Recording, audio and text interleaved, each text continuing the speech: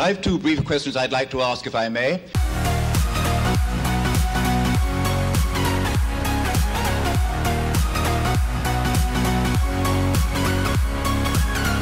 Hi, welcome to Left Foot Media. My name is Brendan Malone and you're watching The Daily Question. Today's question of the day: what can we do about overcrowded prisons? Now, the reason I'm asking that question is because in my country here in New Zealand, there is now a big problem with overcrowding in our prisons, and so it's become more of a sort of social or public discussion. But it's not just New Zealand. A lot of countries are now starting to deal with this problem of overcrowding within their prison population, and big discussions are starting to happen about, you know, what should we do about this? What do we do around this whole area of crime and punishment?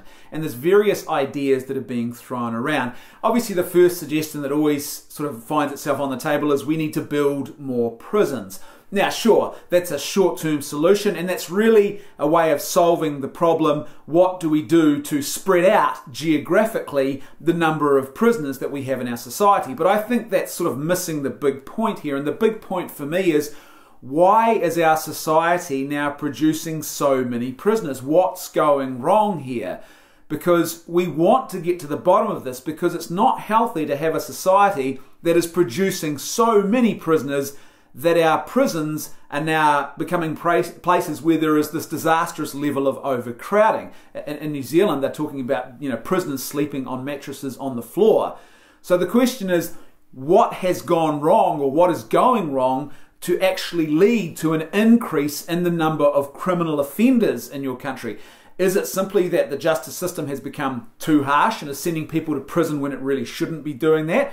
Or is there another bigger social issue going on here, and we are now producing more criminals as a result of this social problem that we're not even looking at? Now, often what happens when this debate arises is people suggest that what you should do is look at the problem of poverty, because apparently poverty is the cause of criminal offending.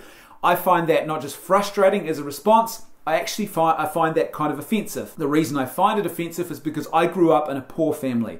At times, we did not know where the next meal was coming from, but not once in our family did we ever consider criminal offending as a way to deal with that issue that we experienced in our household. In fact, my parents were very strong on this, that crime, that immorality was not a good thing. And I grew up in a home where morality, where virtue was a really prized thing. We were disciplined to be good, responsible citizens, regardless of our financial situation, and regardless of the fact that, as I said, at times we didn't know where the next meal was coming from. So to suggest that if you're poor, you're just going to be a criminal, I think is insulting. Something else is going on here. It's not just a lack of money that drives people towards doing immoral or criminal things. There is a lack of virtue, or a lack of formation in virtue. The question is, why then are we producing more prisoners now? Why is our prison population exploding? And I would suggest that the one key issue, probably the most important, most fundamental issue here that needs to be addressed is not even really being talked about, certainly not in any major way, and that is the issue of the family. If you go back and look at criminal offending and what it is that puts someone on a trajectory to criminal offending, what are you going to discover? In 99% of the cases, you're going to discover that there is family dysfunction in the life of that offender. That's probably going to be the main cause for most of the crimes, or most of, I guess, the big driver for why criminal offending even becomes a thing in a person's life. The question is, what are we doing about that? And I think this is where our governments and our public discourse needs to start discussing this question. What can we do to actually strengthen families? What can we do to support mothers and fathers to be good, loving mothers and fathers to their children? What can we do to encourage fathers or men to step up and take responsibility for fatherhood and not do the runner and not help to spawn a culture of fatherlessness, which is definitely a driver in criminal offending? You see, the family is the first society. It is the first community that you are born into. And this is why it's so pivotal in this area. Because if you are born into a dysfunctional first society, a dysfunctional first community, especially if it's really, really serious dysfunction, then guess what? That's going to be the model that you are going to adopt as your way of incorporating into society, or not incorporating as the case may be. It's going to be the model that you adopt for socialization, for how you should act socially. If you see a home full of abuse and neglect, then guess what? You're going to think that that's a normal way of behaving.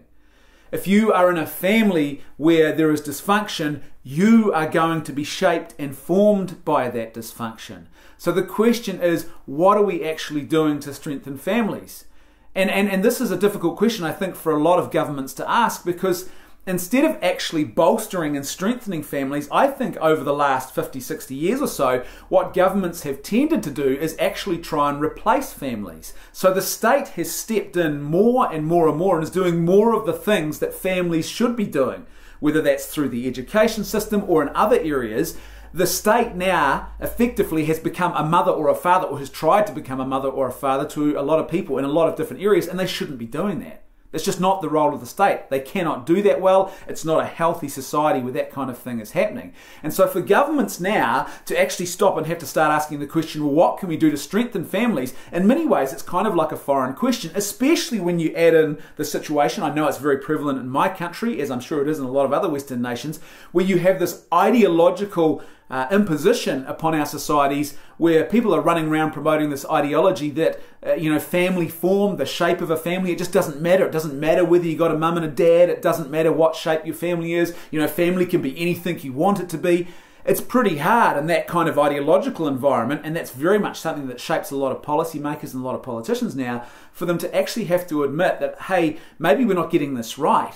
And maybe what we really need to do is make sure that kids have good, loving mums and dads present in their lives, and that we need to keep families together as much as we can. And I don't mean forcibly, but what I mean is actually providing a fertile ground and the resources and the support and the encouragement so that people actually can live a functioning and healthy family lifestyle, so that young children are born into those situations, and regardless of their financial situation, regardless of whether they are a family that struggles like mine did growing up, or whether they are one that is really well off, there is a genuine community of virtue, a genuine community of love, a genuine society where people authentically respect and care for one another and live out virtue.